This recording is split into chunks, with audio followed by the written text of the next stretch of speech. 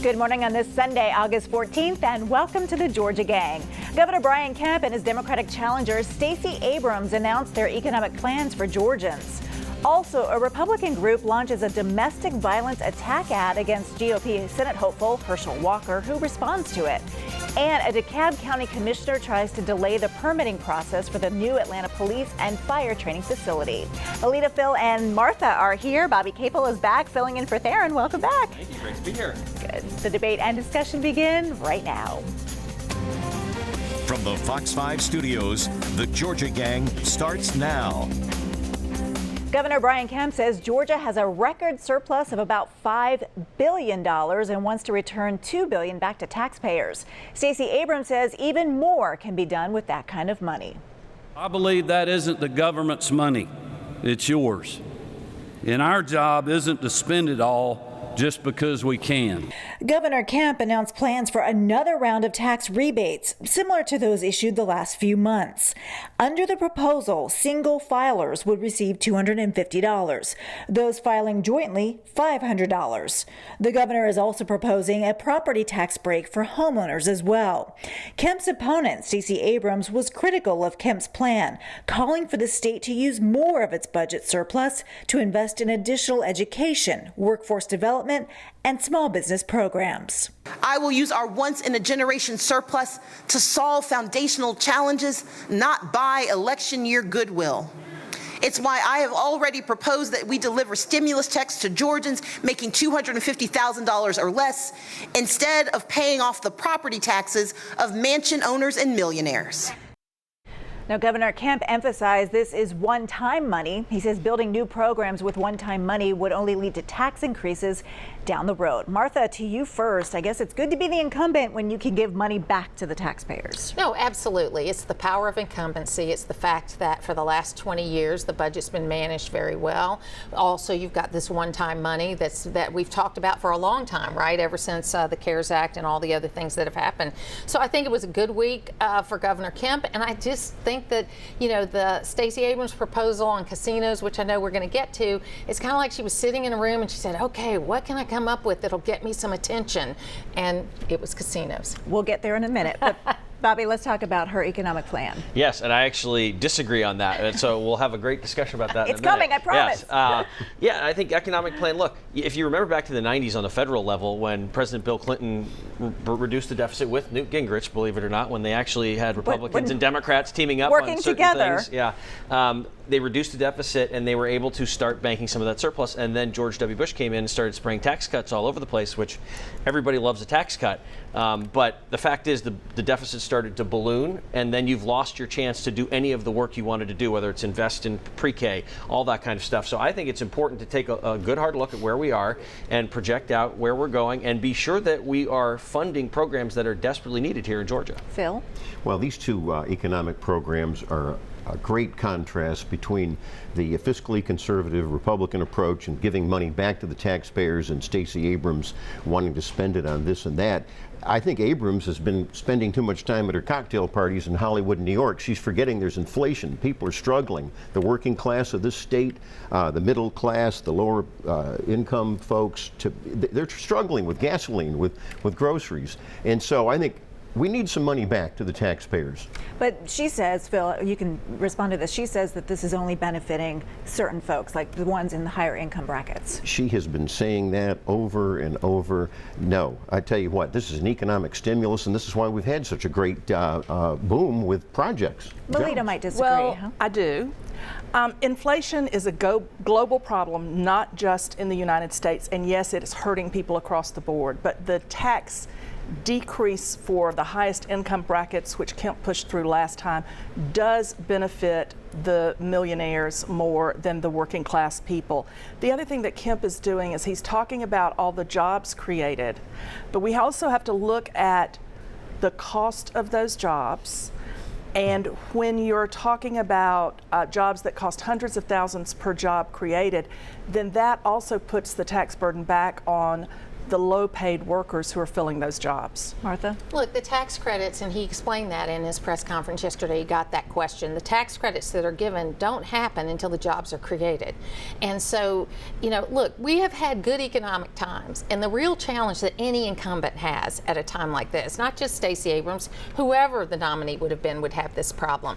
We have good economic times in Georgia, and it's very difficult, as I've said before, to say, well, I'm going to do better things. I'm just going to do better than the guy who's already in here showing us what he can do. She's just talk. He's action. So let's talk about this issue about Stacey Abrams announcing her support of casino gambling and legalized betting, sports betting.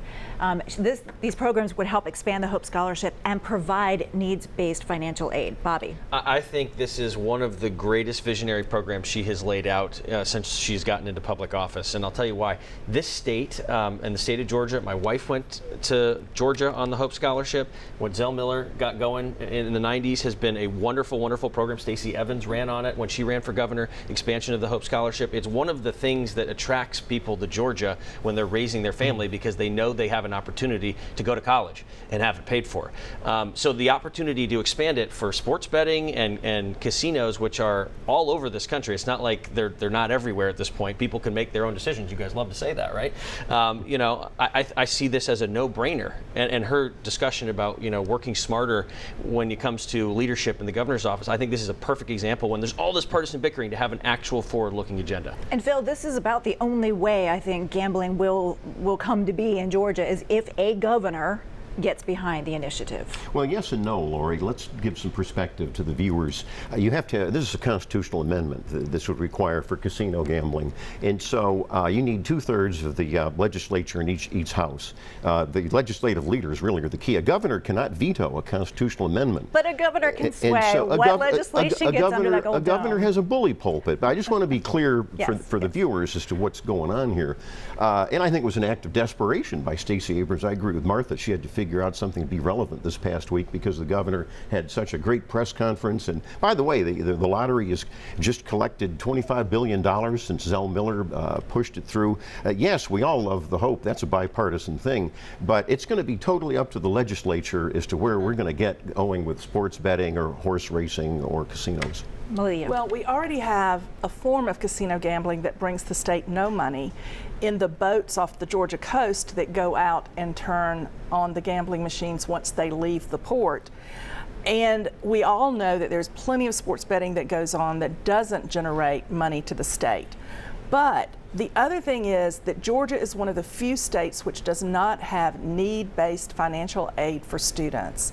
And that is a key part of the Abrams plan. And again, as Phil said, the majority of Georgia voters will need to approve casino gambling or sports betting in a referendum. Well, so it's far from fait accompli. We don't have state needs-based, but individual universities, like all the USG universities, have needs-based scholarships. But do you think that this is something that a Republican governor will get behind?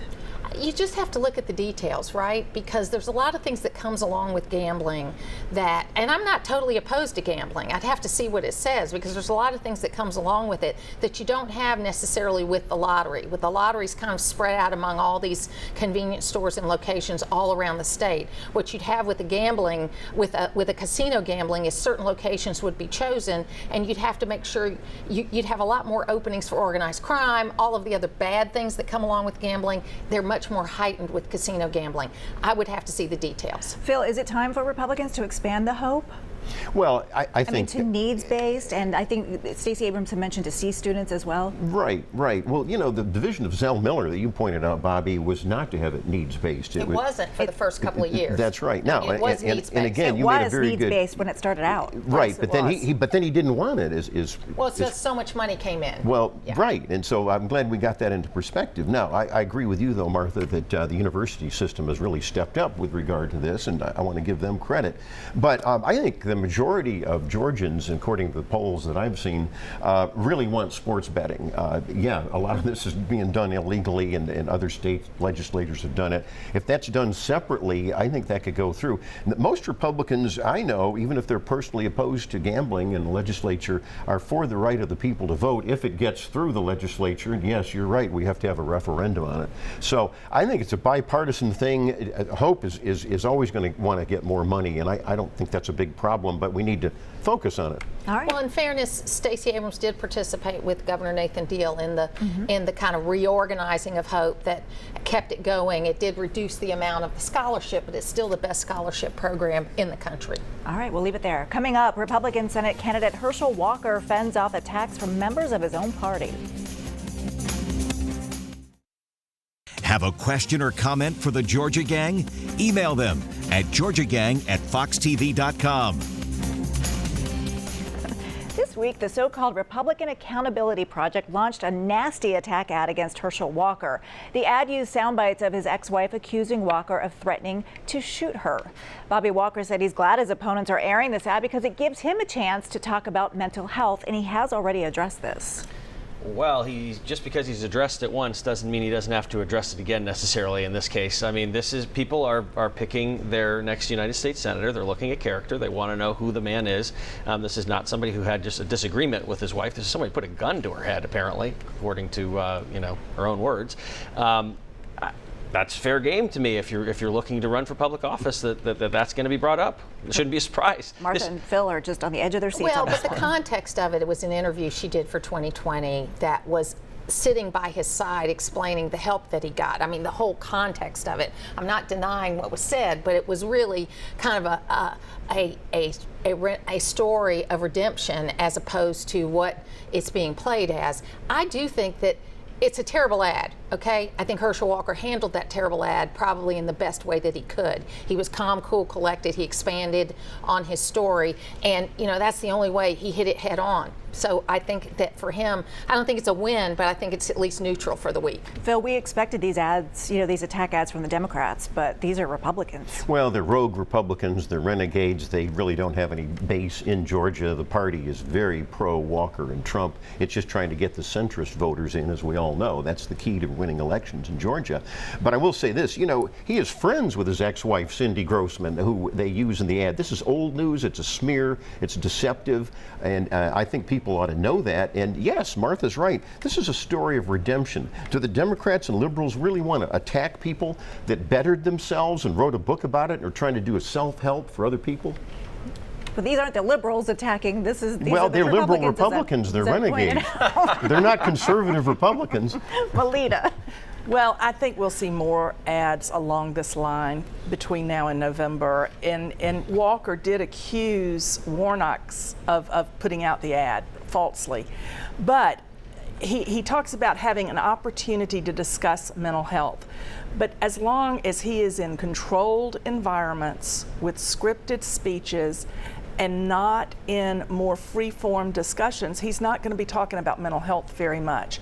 He's still being very carefully handled, very carefully packaged. Bobby? I'll tell you who's sweating right now, Mitch McConnell, because he's sitting here watching what's going on in Georgia, and this is supposed to be one of the seats that they were supposed to try and swing the Senate nationwide to Republican hands, and he's sitting there going, they chose a guy in the Donald Trump chose the person in this primary. Herschel Walker. Oh, come on. He patted him at Mar-a-Lago. He gave him fundraisers, etc. My point is, this goes back to something I said the day he announced, Herschel Walker, that it's the equivalent of being a high school football player and walking into the Super Bowl and thinking you belong starting at running back. Who's really worried is Chuck Schumer, who spent $25 million or somewhere in that neighborhood, and it's still in the margin of errors. Well, Bobby forgets something that he knows very well, and that is when incumbent Democrat Raphael Warnock, Herschel Walker's opponent, is under 50%. That is a huge problem. And after all this money that Warnock has spent against Walker, and the needle really hasn't moved, the polls still show that Herschel can grow and that Warnock is stagnant. All right, let's talk about this. Both Governor Kemp and Herschel Walker are using the latest measure passed by Congress to combat climate change. Walker called it a measure that would cripple American manufacturing. Governor Kemp said the package is a new disaster filled with reckless spending and tax hikes. Melita. Well, They're saying that, but it's also a landmark piece of legislation across a wide range of issues, and we do need to address climate change. And so they're wanting to have something to criticize Warnock and Ossoff for, because their votes helped pass that bill. But it's actually a much heralded package when you look at the entire piece of legislation. Martha? It's so important, the climate change, that it doesn't come in until the 7th, 8th, 9th, 10th year of this, the changes that are going to happen. This is what they do in Washington. They pass bills, and I'm blaming Democrats and Republicans. This time it's Democrats, but Republicans have done this too, that they pass these so-called landmark bills. They're 10-year bills. They know they're never going to get passed every year, because they have to. You can't commit future Congresses to what spending this Congress did. It has to be done on an annual basis. So this is a bill that's going to get a lot of people excited. They're going to call it landmark, but it's not going to go anywhere. All right, well, let's move on. The Fulton County Grand Jury could soon hear from Rudy Giuliani in the ongoing investigation of potential criminal interference with the 2020 election in Georgia. Phil, who are we going to hear from? I know that Lindsey Graham is also on the list. They're fighting subpoenas. What a lineup. So what's happening? Again, Fonnie Willis, the DA, is doing this vindictive targeting with a special grand jury. You've heard me say this before, and not just me, but a lot of people. It cuts across party lines. She's got all of these backlogged 13,000 criminal cases involving murders and rapists. She's devoting this staff. You know, the deep state and the hard left are going after Trump. She might as well let them do that. And why doesn't she concentrate on Fulton County? Going after these alternate electors who were given advice during an ongoing lawsuit. I think they have a very good argument to defend themselves. Well, Melita, former President Trump is taking this seriously because he's hired Drew Findling to represent him in the case. Findling, of course, is known as by the hashtag billion-dollar lawyer. I'd love to see that retainer and to know how much it is. I thought it was that Judge McBurney showed a sense of humor when he ordered Giuliani to appear. I mean, the evidence came out that Giuliani, right after this heart procedure, had traveled to New Hampshire, and he was pictured with a pretty much younger blonde woman. And so McBurney said there's plenty of time to make the trip a 13-hour drive, and he recommended train or bus if he couldn't do that, or even Uber. I just think that the RICO statutes, and we've said this before, in Georgia are stronger than the federal RICO statutes. There's also plenty of room for unindicted co-conspirators in the way the Georgia law is written. So it's not a throwaway case. It's not just a vendetta. And it'll be interesting to see what happens after these people are forced to testify. Martha, this is an ongoing case. It does seem to start to be dragging a little bit, and maybe that's the Republican strategy here. Well, I think that ultimately you're going to get some testimony from Giuliani and maybe even Graham. They do have, in the case of Lindsey Graham, they had a phone call that they've got, or text messages, I've forgotten which one. Call. But it is dragging on. I agree with you there. I think people are losing interest in this. I mean, you can see from the way they're reacting to issues, this is not at the top of their list. Well, Bobby, are they losing interest because of what happened at Mar-a-Lago this week? Whew, that was quite a week. Look, that is very interesting, and you saw House leadership come out and cancel their press conference, the Republican side. On the Republican side, they were going to come out and attack Merrick Garland and all this, because now all of a sudden they're going to wait and see, now what is actually the reason for this? And I got to say, there better be a good reason, because truly this is a big deal to go in with the FBI to a former president's house. As paraphrasing Joe Biden, a big deal. Yeah, exactly. It is a big deal. But Merrick Garland knows that. And you better believe he knew the blowback was coming, and he knew there must be something there. There must be something there. Well, by the time the show airs on Sunday, we'll know, because more than likely those two documents will be released on Friday afternoon after the show tapes. I don't know if we will know. Those documents can be very vague. And Merrick Garland is just a political hack. He's hated Republicans. He's hated Trump. There ought to be an independent prosecutor. This has been going on in modern political history with both parties. If there's something this big, and you've got the FBI, the deep state, you've got persecuting someone who's going to be Joe Biden's political opponent in the presidential election. We need an independent prosecutor. Get rid of the attorney general. I got to wrap it there. You know our viewers don't like it when we talk national, but I had to throw that in there. Okay, coming up, a DeKalb commissioner wants more environmental studies done on the site that will house the new Atlanta Police and Fire Training Facility. We'll discuss after the break. Join the discussion on the Georgia Gang Facebook page and watch past episodes on the Georgia Gang YouTube channel. DeKalb County Commissioner Ted Terry wants the team behind the new Atlanta Police and Fire Training Facility to do more environmental testing in order for the project to proceed. However, members of the advisory committee say the firms working on the project have far exceeded what's required by law. Phil, what's going on here? Well, Ted Terry is former mayor of Clarkston, and he really messed up that city, but that's a story for another day. But he's been very anti-police, and you can just look at his record. And this is part of an agenda. We need this training facility. Thank goodness. I think DeKalb County and its commissioners understand this, the advisory committee, and so I think that he's a gadfly, but he'll be ignored. I don't know if everybody agrees that he messed up the city of Clarkston. He served that city for several years. I would debate you on that. Melita. He's also the former executive director of the Sierra Club and does bring up some interesting points about old growth forest on this 95-acre tract. But I do think it's interesting to see he is going head-to-head with Mike Thurmond, and we all know how popular Thurmond is. It brought to mind seeing him take on Thurmond in the county commission meeting, brought to mind the time that Andy Young called some of his detractors smart-ass white boys. I'm surprised Thurmond hasn't called Ted Terry that. Okay, wait, this is a Sunday morning show. We apologize to the families. Mayor Andre Dickens, it would not be a Sunday show unless we talked about Atlanta crime also. So Mayor Andre Dickens went before the Atlanta City Public Safety Committee to talk about crime and the amount of illegal guns on the streets. Bobby, the mayor telling gang members, you will be caught and you will be prosecuted. And I think so far, 30 have been rounded up in the past few months. Yeah, it's great. It's important. And he also talked about if you're busted with a gun, out pulling a gun, you will be arrested. And that is important. It's an important signal to send out there for all the talk of law and order from the governor's office and everything. To hear the mayor of Atlanta say, yeah, we're actually going to do something about that is important. I wouldn't pit the governor's office against the mayor of And Atlanta. it's not He's talk. been extremely helpful. They've worked well together. In that particular situation. But I think that the mayor is look, he's doing what he needs to do to get out there. It's hard to change the culture. It's hard to turn the ship around. But Mayor Dickens has finally got the fire in his belly that he needs to be able to say that we're going to do this. And I was talking to a Democratic strategist that said, you know, to run a big city like Atlanta, you kind of have to take away some freedoms to be able to do that. So we'll see if that's what he's going to do. And it's not just talk from the governor. I think that's a cheap shot. I think the governor and the Attorney General, Chris Carr, have done a lot. They just formed a new anti-gang prosecution unit in the Attorney General's office. The Republican legislature, not with a lot of help from the Democrats, had toughened up our tough anti-gang law so Mayor Dickens and his police can prosecute. So, and it's multi-jurisdictional. I think we have sheriffs involved. I'm glad what he's saying. And by the way, it's already the law. If you have a firearm committing a crime, you're going to get the book thrown at you. So he's just repeating what the law is.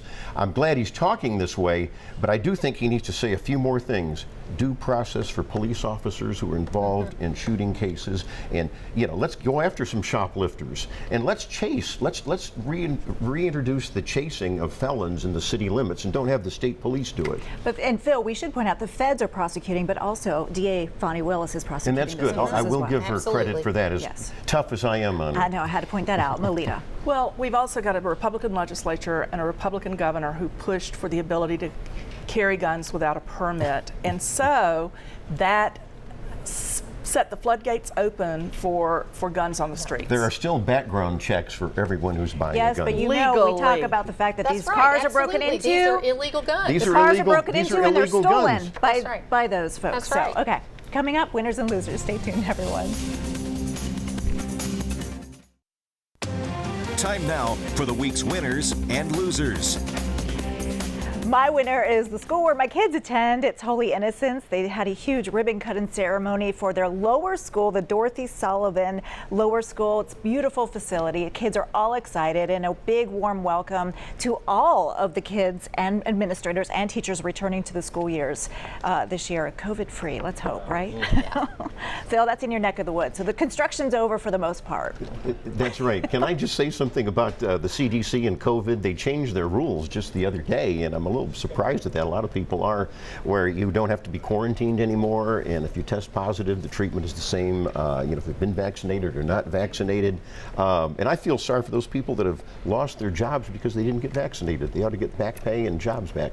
You got any winners or losers? Is that it? No, I got one more, and that is Ossoff and Warnock, our two Democratic U.S. senators, are losers, Bobby. You'll be surprised. They are all in favor of this state power going after a former president. I'm glad you have pause. I wish they had pause as to what happened. Melita. Well, my winner has a back-to-school theme because I think the students at Druid Hills High School learned a valuable lesson about advocacy when they showed up to school and there was gleaming floors and ceiling tiles had been replaced and there wasn't raw sewage in their courtyard, and so they're winners, the ones who created that video and shamed the school board. My loser is the murder suspect in Kennesaw who called police to complain about cold fries at a McDonald's, and he ended up being arrested because the manager of the store had seen his ankle bracelet on a cold case murder. Nice. Martha. So my winner this week in Chuck Bullock's Southern Politics class, our friend Greg Bluestein's Flipped book is one of the major books that they're going to be covering this semester. Congrats, so Chuck Greg. Bullock and Greg Bluestein are winners. It's a great class, Southern Politics. You should take it if you can. Winner also Brian Kemp on his economic policy. He's giving the money back to the people who paid for it. And then the loser, of course, is Stacey Abrams. The casino idea is not going to fly, and it's not going to help her campaign. Bobby. I'm flipping that around. Stacey's my winner for that exact reason on the casino idea. Loser, our poor kids who have to go back to school, like my first grade daughter, and do a hard lockdown drill because the politicians in this country refuse to act on gun violence and get rid of AR-15s. That's it. I'm sorry. All right. I'm sick of it. We will leave it You should be there. sorry. Tell us how you feel. We'll leave it there. Thanks, everyone. We'll have a great week. We'll see you next week.